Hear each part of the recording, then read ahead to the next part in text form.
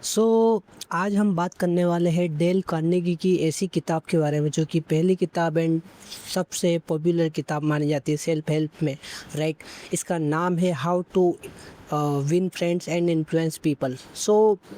नाम से, टाइटल से पता चल रहा है यहाँ पर कि बुक का कोर कॉन्सेप्ट क्या है एंड इसमें क्या हमें बताया जाता है। इस बुक को मैंने काफ़ी समझा है, काफ़ी इस बुक को पूरा मैंने लगभग पढ़ लिया है एंड इसके ऊपर काफ़ी रिसर्च की है कि बुक का आइडिया कहाँ से आया, कब बुक को पब्लिश किया गया, कैसे पब्लिश किया गया, इसकी क्या क्या कंट्रोवर्सी हुई, राइट। मतलब इंटरेस्टिंग है यार काफ़ी जानना, क्योंकि आज के टाइम पर एआई की हेल्प लेके आप किसी भी टॉपिक को डीपली समझ सकते हो, वो कितना भी कॉम्प्लेक्स हो, राइट। तो मैंने काफ़ी टाइम लगाया एंड मैंने सोचा कि यार इसके ऊपर बात करते हैं, यार बात करना तो बनता है। तो how to win friends and influence people मैं इतनी आसानी से आपको इस वीडियो में समझाने वाला हूँ। हो सकता है वीडियो लंबा हो जाए, आई रियली डोंट नो कितना लंबा होगा, कितना टाइम मुझे लगेगा, लेकिन मैं सच में आपके साथ में मेरा एक्सपीरियंस शेयर करने वाला हूँ एंड बहुत सारी चीज़ें रियल लाइफ एग्जाम्पल बात करेंगे एंड बुक के बारे में तो ऑब्वियस सी बात है, बात करेंगे ही। तो डेल कार्नेगी की ये एक राइटर है, अमेरिकन ऑथर है। पहले ये सेल्समैन हुआ करते थे, फिर 1912 में कुछ इन्होंने जो है पढ़ाना शुरू कर दिया बच्चों को। ये क्लासेस लिया करते थे, राइट। तो ये साइकोलॉजी के बारे में, ह्यूमन बिहेवियर के बारे में, रिलेशनशिप के बारे में जो है इसके बारे में बात किया करते थे। तो जब ये सेल्समैन थे तो काफ़ी लोगों से मिलना जुलना होता है फिजिकली एंड व्यवहार भी जानना होता है। एंड 1912 में फिर ये जैसे बच्चों को क्लासेस देने लगे, राइट। तो आई थिंक 1912 से 1955 तक की क्लासेस देते रहे, मतलब 1955 में इनका देहांत हो गया था, राइट। तो इतने सालों तक मतलब इन्होंने क्लासेस तो दी। तो हुआ क्या कि 1934 तक आते आते लियोन शामी नाम की हाँ आई थिंक लियोन सीन नाम के ऐसा कुछ पब्लिशर है। तो वो क्या इनकी क्लासेस में आया एंड उसको लगा कि यार ये जो सिखा रहे हैं ना ये बहुत ही वैल्यूएबल है। जो भी टेक्निक, जो भी ये साइकोलॉजी ट्रिक्स वगैरह आप समझा रही है एक्चुअल में काम करती है, क्योंकि डेल कार्नेगी को ना एक्चुअल में एक्सपीरियंस था इन सब चीज़ों का। उन्होंने मतलब ऐसे हवा हवाई बातें नहीं करी, वो इतने सालों से बच्चों को सिखा रहे थे, पढ़ा रहे थे, उनको फिजिकली सब कुछ आमने सामने हैंड टू हैंड बातें होती थी। तो उनको सारे लोगों का ऑब्जर्वेशन मिला उनको कि कैसे एक्ट कर रहे हैं, क्या बोलने पर कैसा व्यवहार मिल रहा है, बॉडी लैंग्वेज कैसी चेंज हो रही है, सब कुछ। तो इन्होंने काफ़ी रिसर्च करी इसके ऊपर, राइट। बुक के पीछे ना काफ़ी मेहनत लगी है एंड यूजुअली बुक के, यदि अच्छी बुक है ना तो उसके पीछे मेहनत लगती है। आपको ऊपर ऊपर से दिख रहा होगा कि मिलियन में कॉपीज बिक गई, राइट, नंबर 1 पे ट्रेंडिंग करी, बट एक्चुअल में बुक का आइडिया आया, बुक की रिसर्च, मैन्युस्क्रिप्ट में बहुत टाइम लगता है, बहुत रिसर्च लगती है, राइट। तो हुआ क्या कि 1934 में जैसा मैंने बताया पब्लिशर आया एंड पब्लिशर ने काफ़ी कन्विंस किया कि यार डेल भाई, डेल कार्नेगी नाम था, तो डेल कार्नेगी को काफ़ी कन्विंस करने की कोशिश करी, लेकिन कन्विंस हुआ नहीं, राइट। उन्होंने कहा कि यार मैं यहाँ पर ऐसे एक्सप्लेन करता हूँ बच्चों को एंड यहाँ पर हमारी फेस टू फेस बातें होती, तो वो चीज़ें बुक में समझाना मुश्किल होगा, तो उन्होंने राजी नहीं हुए वो, राइट।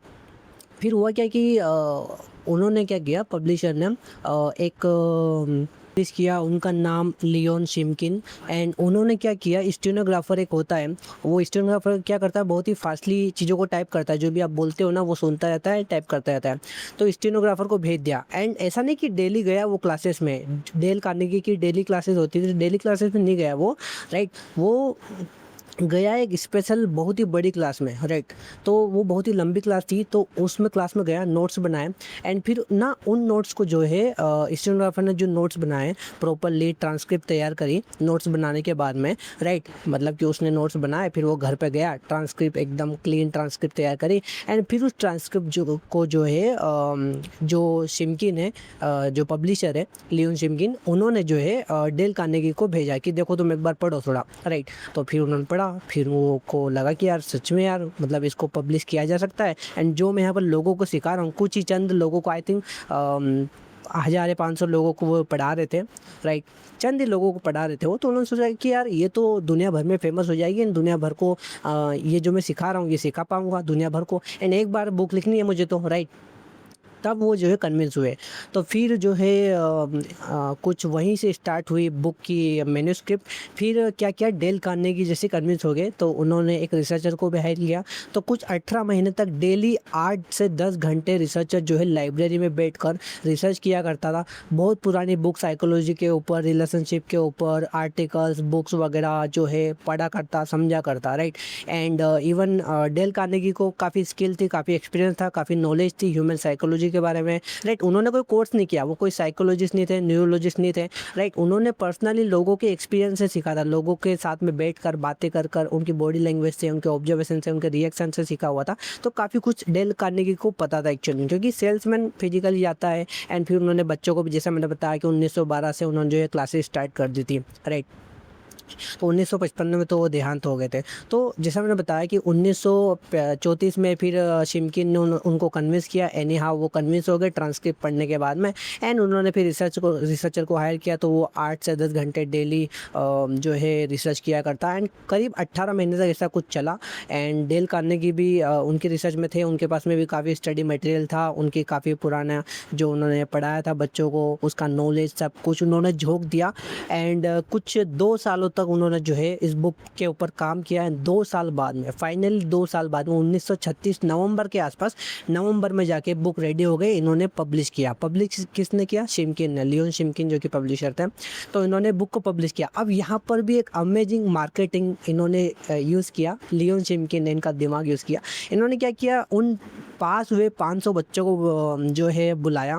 एंड उनको एक नोट्स के साथ में उस बुक को भेज दिया कि आपने जो है डेल कार्नेगी से क्लासेस में सब कुछ जो भी पढ़ा, जितना पढ़ा है, उस सब को एक फ्रेश तरीके से इस बुक में मेंशन किया गया है। तो आपकी यादें ताज़ा होंगी। एंड आप जो है कभी कुछ रिवाइज करना चाहो तो इस बुक से रिवाइज कर सकते हो। तो भाई ये इतनी टारगेट मार्केटिंग थी, क्या बताऊँ। आज के टाइम पर आप टारगेट ईमेल मार्केटिंग इसे समझ सकते हो। मतलब कि एक्चुअली जिन 500 बच्चों ने पढ़कर, सीखकर, समझकर कॉन्सेप्ट को समझा, पास हुए, उन्हीं बच्चों को टारगेट किया। उन्हीं बच्चों को फ्री में नोट्स के साथ में वो बुक 500 बुक कॉपीज़ भेज दी गई। बच्चों ने जैसे ही पढ़ा, बच्चे ने उनके दोस्तों को, रिश्तेदारों को, फ्रेंड सर्कल में सबको सजेस्ट किया, बोला कि देखो यार ये बुक छपी है, इस बुक में हमारे कॉन्सेप्ट है, हमने जो भी सीखा ऐसा कुछ जो भी है। तो फिर हुआ क्या कि इस तरीके से माउथ टू माउथ इसकी मार्केटिंग हो गई।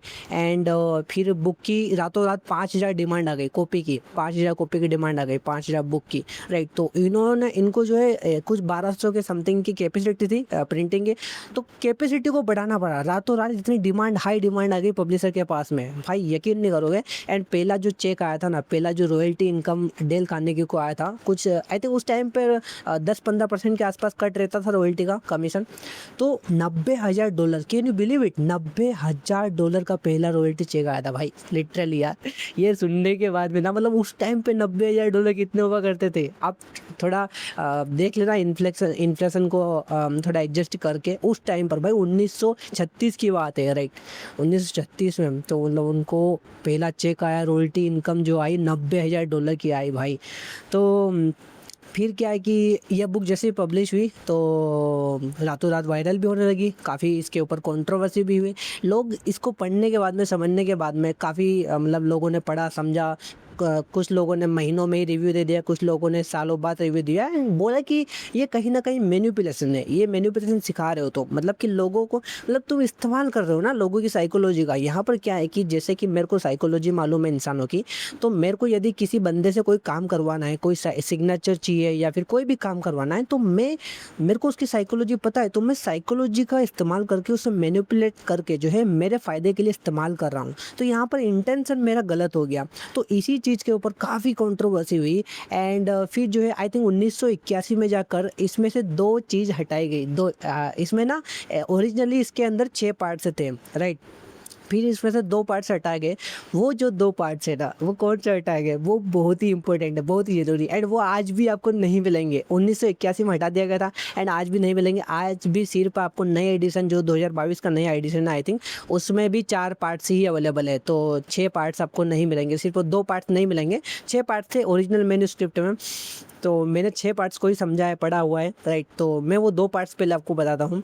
एक पार्ट्स था जहाँ पर जो है लेटर के बारे में बात किया गया था कि एक्चुअल में आप कैसे बिजनेस में लेटर का इस्तेमाल कर सकते हो, मतलब कि आप बिजनेस में कैसे कोई भी चीज़ों को कन्विंस कर सकते हो किसी को भी। मतलब कि आपको क्या करना है, आपको ये बोलना है do me a favour, can you please do me a favour, प्यार से बोलना है can you please do me a favour.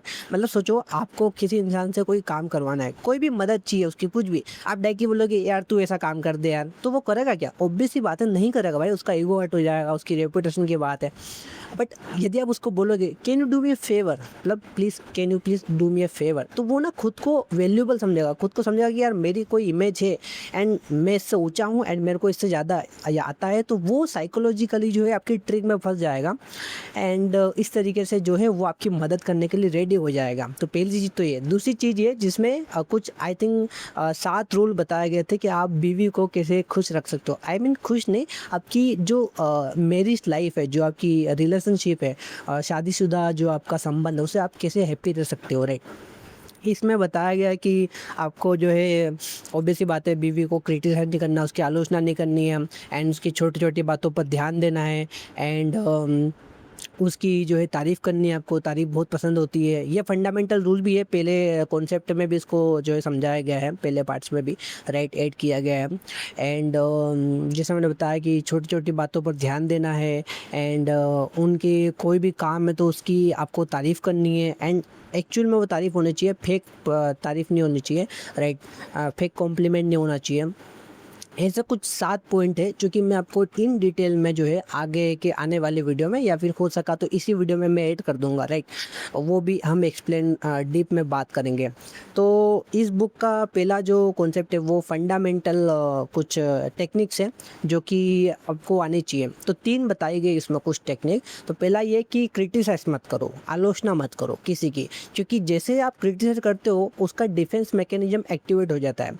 आपको पता है एमिगडाला नाम का एक चीज़ होती है हमारे अंदर, दिमाग के अंदर, बाय डिफ़ॉल्ट वो एक्टिवेट होता है। कब होता है? जब भी उसको डेंजर फील होता है, उसको ऐसा फील होता है कि कोई उसको गिरा रहा है, कोई नीचे खींच रहा है या फिर उसकी वैल्यू को कम कर रहा है, राइट। तो वो डेंजर जो केमिकल जो अंदर न्यूरोलॉजिकल पैटर्न है वो एक्टिवेट हो जाता है आपका, राइट।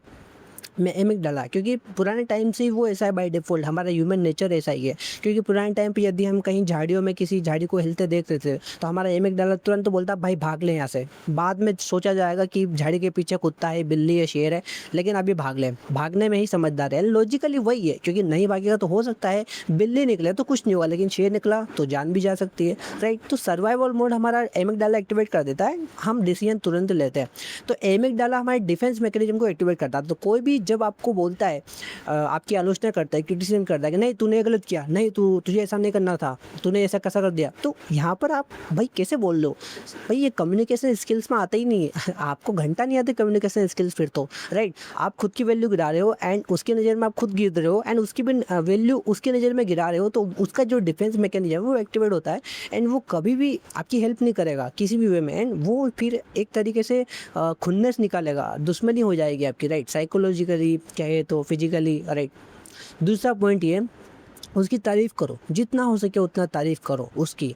अब यहाँ पर तारीफ़ का मतलब ये नहीं कि आप हवा हवाई बातें कर रहे हो, फेक प्रॉमिस कर रहे हो, फेक कॉम्प्लीमेंट नहीं करना। एक्चुअल में भाई उसने कुछ काम किया है तो उसको प्यार से सराहना दो, उसको समझाओ कि हाँ यार तूने जो काम किया है ना वो बहुत सही किया है एंड यदि तेरी जगह मैं भी होता ना तो मैं भी ये करता, राइट। उसको ऐसा बताओ। तीसरा पॉइंट कुछ ऐसा है कि वहाँ पर यदि आपको जब उससे बात कर रहे हो तो आपको वो बातें नहीं करनी जो आप करना चाहते हो या आपके बारे में बातें उसके बारे में होनी चाहिए। उसको ऐसा फील होना चाहिए कि बातें उसके ही रिलेटेड है एंड उसके बारे में ही हो रही है, राइट। उसको ऐसा फील होना चाहिए कि आप उसकी वैल्यू कर रहे हो, उसके बारे में ही बात कर रहे हो, राइट। मतलब घुमा फिरा के कुछ भी टॉपिक उठा लो उसकी लाइफ के ऊपर, उसके बारे में होना चाहिए। उसको फील होना चाहिए कि हाँ यार ये मेरे को इंपॉर्टेंस देता है, ये मेरे बारे में सोचता है, मेरे बारे में फील करता है, राइट। तो ये ना 3 पॉइंट ऐसे है फंडामेंटल जो कि बहुत ही ज़रूरी है इस बुक के, बहुत ही मेन पॉइंट मैं कह सकता हूँ इन्हें, राइट। आगे भी बहुत सारे इंपॉर्टेंट पॉइंट आएंगे, लेकिन ये जो 3 पॉइंट है, फंडामेंटल टेक्निक है, ये टेक्निक जो है बेसिक कह सकते हो आप इन्हें, लेकिन इन्हें इस्तेमाल करने का तरीका अलग होना चाहिए, इंटेंशन आपका क्लियर होना चाहिए। जैसा मैंने बताया कि इंटेंशन गलत नहीं होना चाहिए, क्योंकि ये आपके ऊपर डबल डाउन अटैक भी कर सकती है। यही रूल आपके ऊपर आ सकते हैं, हेवी हो सकते हैं, राइट। तो आपको जो है आपका इंटेंशन क्लियर होना चाहिए। आपको ऐसा नहीं होना चाहिए कि यार मैं इसका फ़ायदा उठा रहा हूँ, राइट, मैनिपुलेट कर रहा हूँ, ऐसा नहीं। आपका माइंडसेट क्लियर होना चाहिए। आप जो है सही वे में, यदि आपको सही में एक्चुअल में कोई काम करवाना है जिससे उसका नुकसान नहीं हो रहा है, आपका फ़ायदा है लेकिन उसका नुकसान भी नहीं हो रहा है, तो इस टेक्निक का आप इस्तेमाल कर सकते हो, राइट। क्योंकि मैनिपुलेशन जीरो सम गेम है, राइट। एक का फ़ायदा दूसरे का नुकसान है, तो वो आपको यहाँ पर नहीं करना है, मैनिपुलेशन को अवॉइड ही करना है। सेकेंड जो पार्ट आता है, क्योंकि इसमें as of now available 4 part है, ओरिजिनली इसमें 6 पार्ट्स थे, तो मैं 6 पार्ट्स को ही एक्सप्लेन करूंगा, डोंट वरी।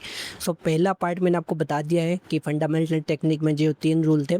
सेकेंड पार्ट में आता है 6 ways to make people like you, right. 6 ऐसे तरीके, 6 ऐसे रूल्स जहाँ पर लोग जो है आपको पसंद करने लग जाएंगे। पहला, शो जेन्युइनली इंटरेस्ट, राइट।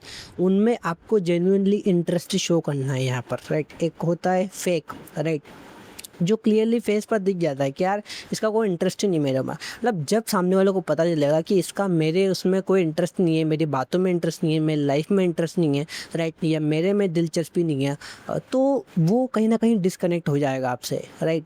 तो ये फिर नियम आप अप्लाई नहीं कर पाओगे, राइट। तो आपको जो है जेन्युइनली उसमें इंटरेस्ट शो करना है, उसको लगना चाहिए, बिल्कुल लगना चाहिए कि हाँ आप उसमें इंटरेस्टेड हो, दिलचस्पी रखते हो उसकी बातों में, उसकी लाइफ में, उसकी कहानियों में, जो भी वो बता रहा है सुनो उसको ध्यान से, राइट। वो कुछ भी टॉपिक हो सकता है, किसी भी टॉपिक के बारे में वो बात करे, उसको ध्यान से सुनो। उसको लगना चाहिए कि हाँ एक्टिवली उसकी बातों को सुन रहे हो, उसमें दिलचस्पी दिखा रहे हो, बार बार पे क्वेश्चन करते रहो कि हाँ ऐसा नहीं ऐसा। उसको लगेगा कि हाँ तुम एक्टिव हो, तुम एक्टिव लिसनिंग कर रहे हो, ऐसा नहीं कि तुम तुम्हारे ख्यालों में खोए हो। क्योंकि समटाइम्स क्या होता है ना, यदि कोई आपको कुछ बोल रहा है एंड यदि आप उनकी बातों में इंटरेस्टेड नहीं हो, तो आप ऑटोमेटिकली आपका माइंड कुछ और सोचने लग जाता है, राइट। फिर वो उठा के पूछेगा, जैसे क्लासेस में होता था कि सर सडनली उठा लेते, पूछते थे कि मैंने अभी क्या समझा, क्योंकि आपका दिमाग तो कहीं और था, आपका दिमाग तो फरारी लेने में था या कहीं सपनों की दुनिया में थे। तो आप एक्चुअल में आपकी फिजिकली आप वहाँ पे प्रेजेंस थे, बट मेंटली आप प्रेजेंस नहीं थे। तो यहाँ पर आपको फिजिकल एंड मेंटली दोनों तरीके से, फिजिकली मेंटली दोनों तरीके से प्रेजेंस होता है, प्रेजेंस होना है एंड जेन्युइनली इंटरेस्ट शो करना है आपका जो भी अपोजिशन है, जो भी आपके सामने है। दूसरा जो रूल है इसका, राइट, पहला बता दिया मैंने आपको, जेन्युइनली इंटरेस्ट शो करना है। दूसरा रूल बोलता है स्माइल, प्यारी सी स्माइल, राइट। बड़ी वाली बत्ती सी नहीं दिखाना आपको, एक प्यारी सी स्माइल होती है, राइट, प्यारी सी स्माइल, क्योंकि ये बहुत ही ज़रूरी है। सामने वाले को जब प्यारी सी स्माइल देते हो ना, तो वो समझ जाता है कि यार आप उसको कहीं ना कहीं पसंद करते हो। कहते हैं ना कि लड़की हंसी तो फंसी, ये ये कहाँ से आया भाई, कहाँ से? कहीं ना कहीं मेरे को ऐसा लगता है कि हो सकता है इस बुक से आया होगा या फिर किसी और बुक से आया होगा, मतलब कहीं से तो आया है। एंड एक्चुअल में काम करता है यार।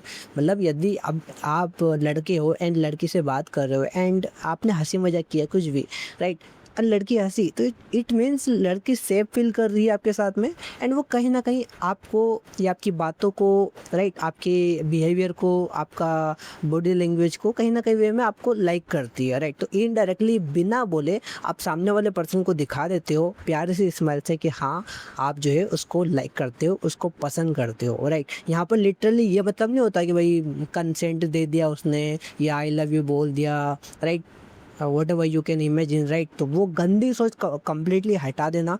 यहाँ पर मैं बुक के अकॉर्डिंग बात कर रहा हूँ, तो बुक में यही बोला गया है, तो प्यारी सी स्माइल देना है सो डेट सामने वाले पर्सन को लगे हाँ यार सच्ची में ये इंटरेस्टेड है एंड ये जो है मेरे को लाइक करता है, स्टेट सोल, राइट। यही इस रूल में है। तीसरा जो रूल है वो है नाम का, राइट। अब ये आपको काफ़ी बेसिक लग रहा होगा, लेकिन ये बहुत ही क्रिटिकल है, बहुत ही ज़रूरी है एंड ये मेडिकली क्लिनिकली आप कह सकते हो ये प्रूवन है, राइट।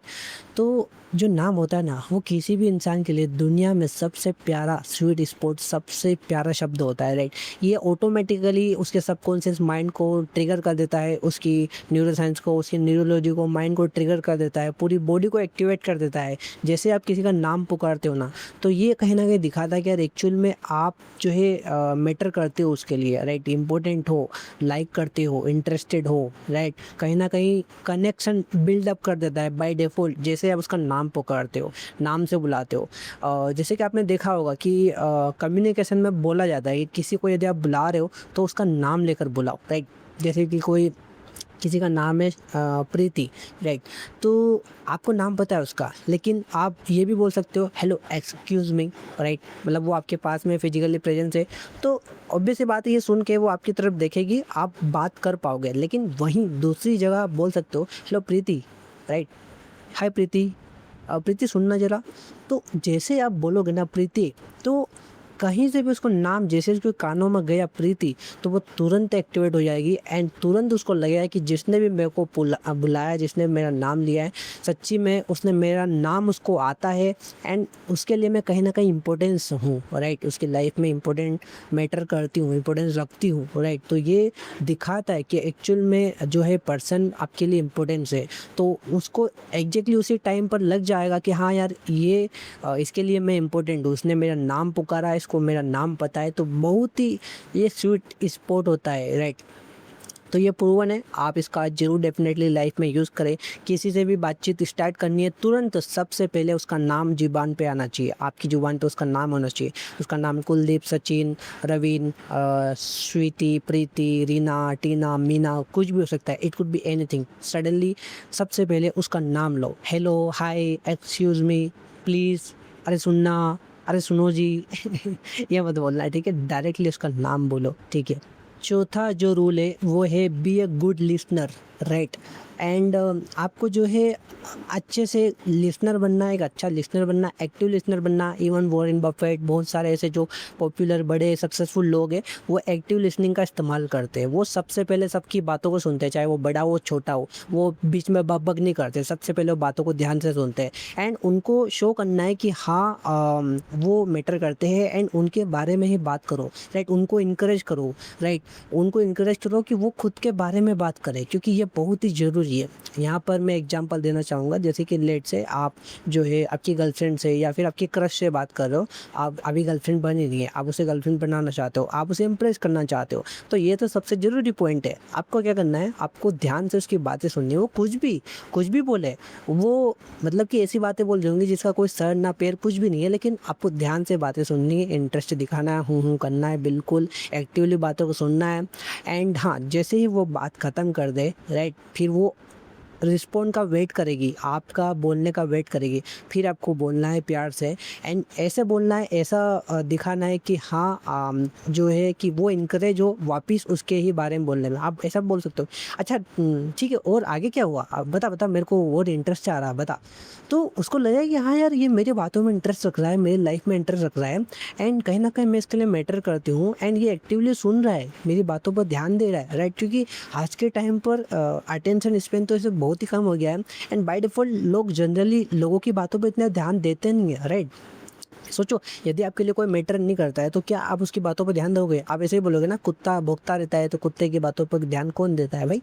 तो ये ना कम्प्लीटली अलग होता है किसी दुश्मन के लिए जिसको आप लाइक नहीं करते, बिल्कुल भी हेट करते हो, राइट? उसके लिए इस्तेमाल होता है, राइट?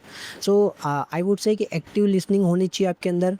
एक्टिवली सुनो उसकी बातों को एंड उसको इनकरेज करो कि वो खुद के बारे में बात करे, क्योंकि इंसान को बहुत ही अच्छा लगता है जब उसको कोई इनकरेज करता है, जब उसके खुद के बारे में उसको बात करना अच्छा लगता है रेदर देन दूसरों के बारे में। मतलब कि मेरी बात करूँ साइकोलॉजिकली इस बुक के अकॉर्डिंग, तो मैं खुद के बारे में बात करूँगा तो मुझे काफ़ी अच्छा फील होगा, काफ़ी अच्छा लगेगा।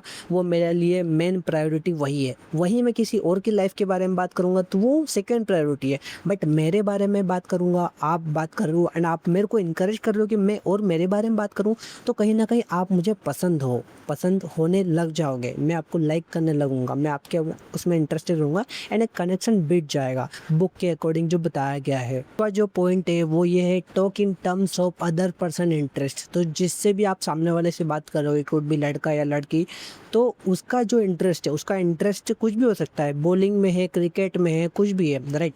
हो सकता है आपका इंटरेस्ट है ऑनलाइन गेमिंग में एंड उसका इंटरेस्ट है स्पोर्ट्स में, क्रिकेट में। तो वो क्रिकेट की बात कर रही हो और आप पबजी, फ्री फायर, बीजीएमआई की बात कर रहे हो, तो ये यहाँ से कनेक्शन डिसकनेक्ट हो जाएगा, राइट? आपको क्या करना है, आपको जो है जेन्युइनली उसकी बातों पे ध्यान देना है एंड उसकी इंटरेस्ट के ऊपर ही आपको बातें करनी है, राइट?